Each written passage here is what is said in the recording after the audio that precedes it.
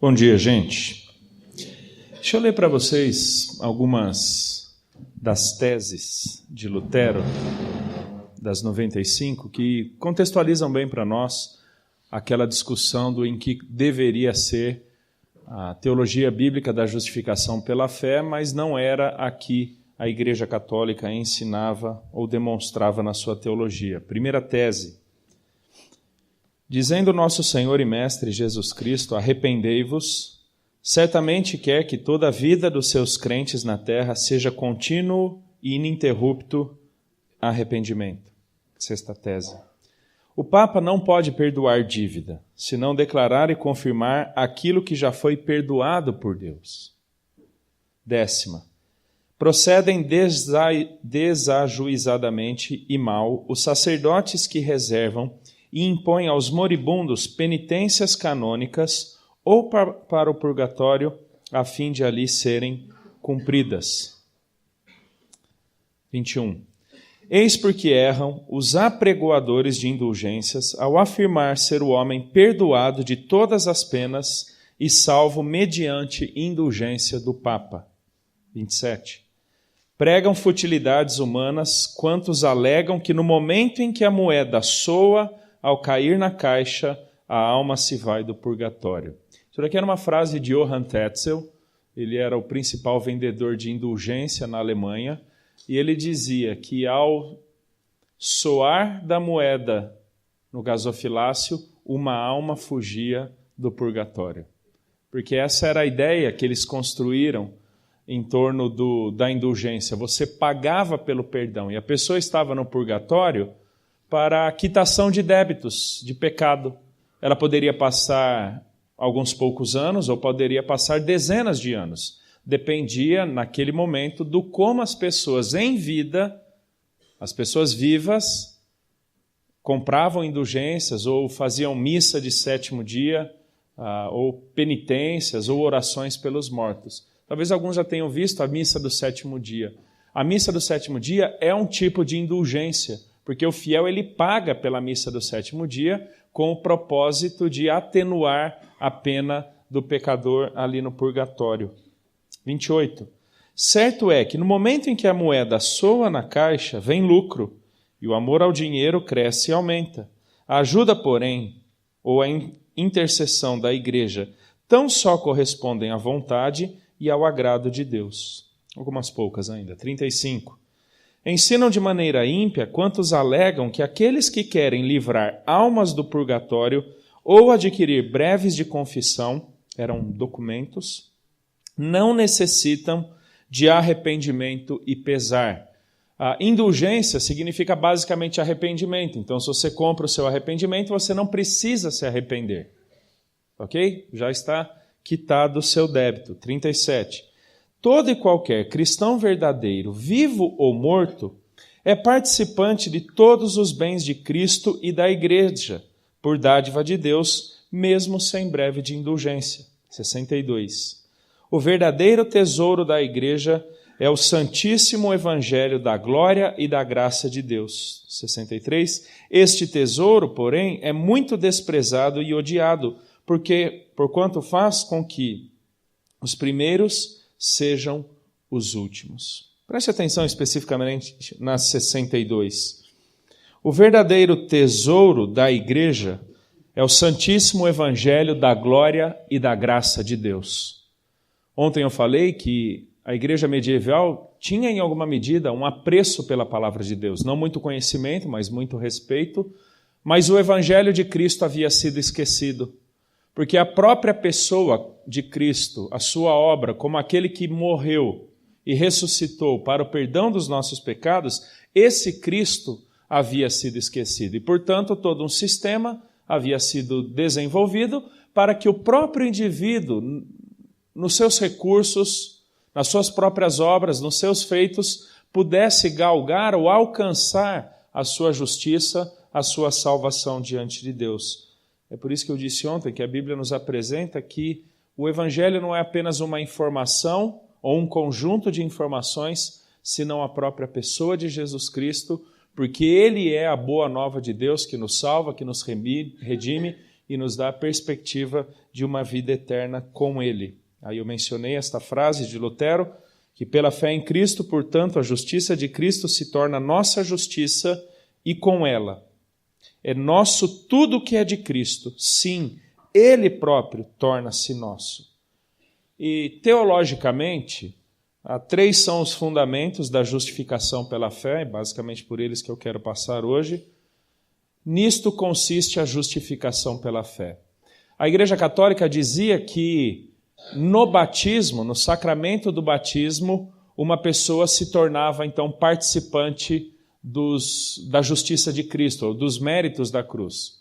Então não bastava ter a fé, ela precisava ter um ato. É por isso que os pais batizavam seus filhos logo cedo, porque caso viessem a morrer, eles não seriam imputados sobre eles uma perdição eterna, porque afinal de contas já haviam sido batizados, se tornado participantes da salvação em Jesus. Mas no contexto protestante, no contexto teológico, bíblico da justificação, nós não trabalhamos simplesmente em infusão. Infusão é derramar, é você colocar algo sobre alguém. O conceito de imputação vem desde lá de Gênesis, capítulo 15, verso 6, quando diante da aliança que Deus propõe a Abraão, Abraão crê e isso lhe é imputado por justiça.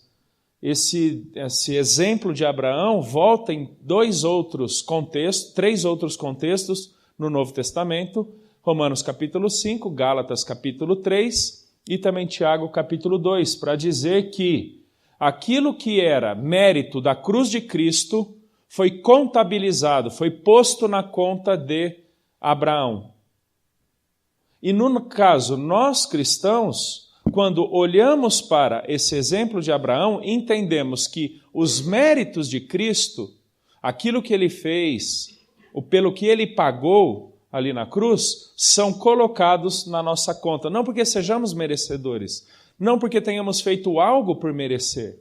E talvez aqui esteja uma das maiores dificuldades na compreensão da doutrina da justificação pela graça por meio da fé, porque nós, seres humanos, por natureza, achamos que temos que merecer algo, temos que fazer algo.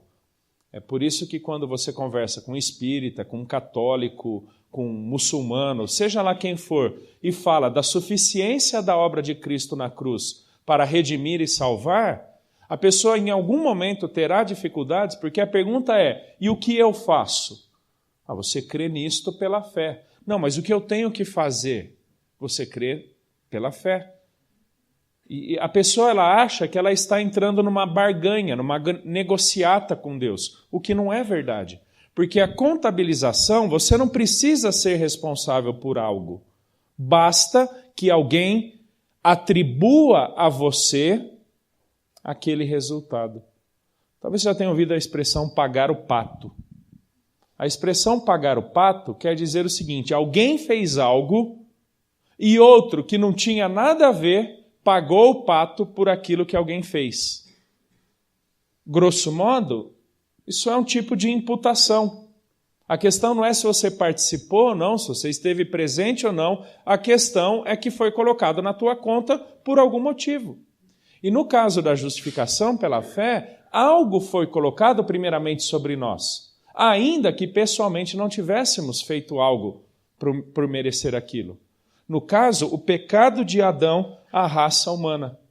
Você deve se lembrar de Gênesis capítulo 3, em que Adão morre, Deus havia prenunciado que diante da sua desobediência, a morte viria sobre ele. E essa morte espiritual, ela é estendida absolutamente a todos, quando Paulo faz uma construção gramatical peculiar em Romanos 3:23 e Romanos capítulo 5, verso 12. Quando decoramos, seja lá para qual matéria for, Romanos 3:23, deveríamos igualmente decorar Romanos 5:12, porque todos pecaram e estão destituídos ou banidos da glória de Deus, porque lá atrás, em Adão, todos nós pecamos. De novo, a questão do infante, a questão daquele que está muito distante, inacessível ao Evangelho, a resposta a esta questão passa pela compreensão de Romanos 3:23 e Romanos 5:12. Porque a nossa questão é por que o indivíduo que não teve acesso a uma informação será eternamente condenado? Porque ninguém torna-se merecedor da salvação por ter acesso à informação.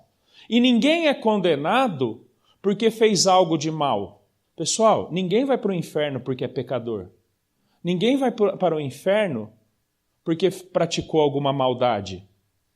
O pecado, ele não é suficiente para condenar absolutamente ninguém em termos dos resultados das suas obras. Alguém é condenado exclusivamente por não ser participante da obra de Cristo na cruz. Porque nós igualmente continuamos como pecadores, mas nem por isso estamos condenados. É por alguém não estar em Cristo, mas ainda permanecer em Adão, é que está condenado. Thomas Goodwin, um puritano inglês, dizia o seguinte: existem dois únicos homens na história, e nos seus cintos toda a humanidade se pendura. Ou no cinto de Adão, porque ainda é pecadora e, portanto, condenada, ou no de Cristo, que, portanto, é redimido e eternamente salvo. Porque sobre todos os homens foi imputada, contabilizada a maldade, o pecado, a condenação de Adão. Portanto, assim como por um só homem entrou o pecado no mundo, e pelo pecado a morte, assim também a morte passou a todos os homens, porque todos pecaram. Interessante que a construção gramatical aqui dos verbos, na língua grega, num tempo passado, para retratar o momento, a realidade em que pecaram. Não foi porque pecaram depois do seu nascimento. Não foi porque desobedeceram os seus pais. Boa parte do nosso evangelismo, pessoal, é equivocado. Porque nós dizemos que alguém vai para o inferno porque desobedece, porque mente, porque o pai pediu para ir lavar a louça e não lavou, porque roubou a borracha ou alguma coisa na escola, isso para crianças, porque olhou pornografia, porque é desonesto, porque é corrupto, porque é adúltero. As pessoas não vão para o inferno por causa disso. As pessoas não estão condenadas por causa destes pecados. Elas estão condenadas e eternamente mortas por causa da culpa que sobreveio a elas, imposta pelo próprio Deus, por causa da representatividade delas em Adão. É isso que as condena. É isso que Goodwin disse, que nos cintos de dois homens toda a humanidade se pendura. Porque, eventualmente, uma pessoa continuará cometendo muitos desses pecados após a sua salvação em Cristo e nem por isso estarão condenadas. Porque ninguém é salvo ou condenado pelo cometimento de um ou outro tipo de pecado, mas por estar em Adão ou em Cristo. Talvez aqui esteja um dos elementos mais complexos do nosso evangelismo, porque nós vamos tender a pensar em pecados pontuais. E eu já percebi que nós temos algumas categorias de pecados e passamos por aqueles 5 ou 10, ai daquele, ou que bom, aquele que não pratica desses 5 ou 10 que nós normalmente mencionamos. Pessoal, ninguém é condenado porque mente. Ninguém é condenado porque desobedece. Ninguém é condenado porque tem pensamentos impuros. O ser humano é condenado por ter se tornado participante em Adão daquela morte eterna. Isso se chama imputação. Você colocar na conta de alguém, mesmo que esse alguém não tenha feito absolutamente nada por merecer os resultados que são colocados em sua conta. Esse é o primeiro aspecto, e talvez um dos mais difíceis de entendermos. Às vezes eu fico pensando, que culpa tenho eu da culpa que tenho, se culpa nenhuma tive na culpa de Adão. Entendeu? Depois você escuta o áudio e tenta me explicar também. Que culpa tenho eu da culpa que eu tenho, se culpa nenhuma tenho na culpa de Adão? Quem pecou foi ele. Eu não estava lá, não que eu faria diferente. Eu acho que eu teria estragado mais. Pessoal, foi a maneira como nos seus desígnios eternos Deus estabeleceu o conceito de representatividade. A Bíblia sempre trabalhou representatividade. Como nosso Pai, Ele nos representava. Você quer ver como a gente entende? O pessoal de teologia sistemática já passou por essa ilustração comigo. República Federativa do Brasil. Nosso sistema de governo nos diz que um nos representa e que suas decisões respingam ou recaem sobre absolutamente todos. Você pode gritar fora Temer, fora Dilma, mas ele não saiu. Então o que ele decidir recai sobre você. Esse é o sistema representativo, esse é o sistema federativo. Aquilo que ele decide impõe-se sobre tudo e todos. Pouco importa se você votou nele ou não, pouco importa se você concorda com ele ou não, pouco importa se você se vê representado por ele ou não. O sistema político brasileiro, federativo, diz que na federação um representa absolutamente todos os outros. Esse foi Adão, nos representava. Mas o segundo elemento da imputação é que este pecado de Adão foi, ou o pecado que estendeu-se ao homem, foi imputado, contabilizado, atribuído a Cristo. Isso é 2 Coríntios, capítulo 5, quando Paulo diz o seguinte: pois o amor de Cristo nos constrange, julgando nós isto. Um morreu por todos, logo todos morreram. E ele morreu por todos para que os que vivem não vivam mais para si mesmos, mas para aquele que por eles morreu e ressuscitou. A saber que Deus estava em Cristo reconciliando consigo o mundo, não imputando aos homens as suas transgressões, e nos confiou a palavra da reconciliação. Aquele que não conheceu o pecado, ele o fez pecado por nós, para que nele fôssemos feito justiça de Deus. Olha que interessante, aquele que não conheceu o pecado, ele o fez pecado por nós. Cristo, santo, justo, puro, o próprio Deus, eternamente glorioso, sempre existente, a parte intrínseca e extrínseca de toda a maldade, mas que por causa do desígnio eterno de Deus, de que um dia ele morreria em lugar de pecadores, ali na cruz, quando Cristo fala, Deus meu, por que me desamparaste? É porque naquele momento pesava sobre Cristo o pecado de pessoas. Pesava o pecado de muitos. Pesava a condenação eterna de pessoas. Não porque ele fez por merecer, não porque ele tinha ou poderia pecar. Na verdade, é uma incoerência, no mínimo lógica, se não também teológica, pensar que Cristo poderia pecar. Isso é antinatural. É incompatível com a natureza divina de Cristo, bem como com sua natureza humana, não participante da realidade pecaminosa de Adão. O pecado de Adão, que foi estendido a nós, é agora estendido a Cristo. É por isso que Jesus foi batizado por João. João, num primeiro momento, estranha, porque Cristo não tem pecado. E João muito bem sabia disso. A resposta de Jesus é: para que se cumpra toda a justiça de Deus. Ele veio para morrer por pecadores. Pessoal, Cristo não morreu por um ideal. Cristo não morreu por um conceito. Cristo morreu por pecadores, porque sobre ele foi imposto o pecado dos que creem. Esse é o segundo elemento, o pecado humano a Cristo, e o terceiro elemento é a justiça de Cristo aos que creem. Para que nele fôssemos feitos justiça de Deus. O que chama a tua atenção para com Deus não é qualquer ato de bondade que você faça. Deus não se comove com você. Deus não se surpreende com você. Ele se alegra em você pelo que Cristo fez por você. Como eu falei, entre nós e Deus tem uma cruz. É quando então, pela fé, eu creio, não apenas na veracidade histórica,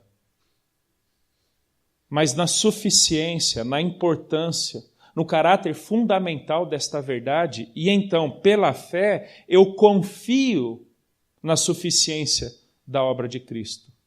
De que em mim não há qualquer possibilidade, qualquer condição ou qualquer tentativa de me achegar a Deus pelos meus feitos. Estávamos mortos nos nossos delitos e pecados. Não estávamos em busca de Deus, pessoal. Não estávamos tentando achar Deus. Errávamos o alvo, não porque a flecha passava por cima do alvo, mas porque não sabíamos onde era o alvo. Jogávamos a flecha para qualquer lugar. Não estávamos em busca dele, não éramos justos, em nenhum momento sequer. Mas quando pela fé confiamos e dependemos do que ele fez por nós, agarramos no seu cinto, somos feitos então justos diante de Deus. Justificação pela fé é uma declaração de tribunal do justo juiz, não de que o indivíduo não tenha feito algo de errado, mas de que o preço do seu débito foi quitado. Alguém pagou o preço do pecado. É por isso que nenhum de nós poderia morrer por si mesmo, porque não nos beneficiaríamos dos efeitos da nossa morte, porque estaríamos mortos. Apenas quem tem vida em si mesmo, é eterno e glorioso, puro e justo, seria capaz de oferecer o sacrifício de uma vez por todas para redimir, para salvar e justificar pecadores. Pessoal, em Cristo, Deus não apenas zerou o nosso débito, senão também tornou nossa conta positiva. Porque agora somos salvos e redimidos. Ele removeu de nós toda a condenação e morte eterna. Temos livre acesso ao trono da graça por meio da reconciliação que temos em Cristo. É aquele mas Deus de Efésios 2:4, o mas Deus de Romanos 5:8. Não fosse Cristo, ainda estaríamos irremediavelmente mortos. Mas agora fomos reconciliados, aproximados, chamados de amigos, de filhos, de irmãos de Cristo. Pessoal, olha a glória. Irmãos de Cristo. O primogênito daqueles que um dia falecerão, mas serão ressuscitados. Temos a presença do Espírito Santo em nós. Temos a garantia da ressurreição futura, quando então seremos revestidos de incorruptibilidade. Aqueles pecados que eventualmente cometemos, não mais estarão sobre nós. Já fomos livres do poder do pecado, como cantamos recentemente. Um dia seremos libertos da presença do pecado. Não mais. Livres do pecado, do ritualismo da lei, do mundo, e eu acho que um dos mais legais, de mim mesmo. Eu não preciso mais viver minha própria justiça. Justificados, pois, por meio da fé, temos paz com Deus. Vamos orar? Deus, obrigado pelo que Cristo fez por nós, pela paz que temos hoje contigo, justamente pelo que Jesus atribuiu a nós quando nele confiamos pela fé. Deus, livre-nos de qualquer tentativa de achar que aquilo que somos e temos e podemos fazer de benéfico, de correto, é fruto dos nossos esforços. Certamente o Senhor os considera, mas eles não determinam o nosso valor diante do Senhor. Muito obrigado pela justiça de Jesus. Muito obrigado. E pedimos que o Senhor nos constranja a tal ponto para vivermos exclusivamente para aquele que por nós morreu e ressuscitou. Muito obrigado. Amém.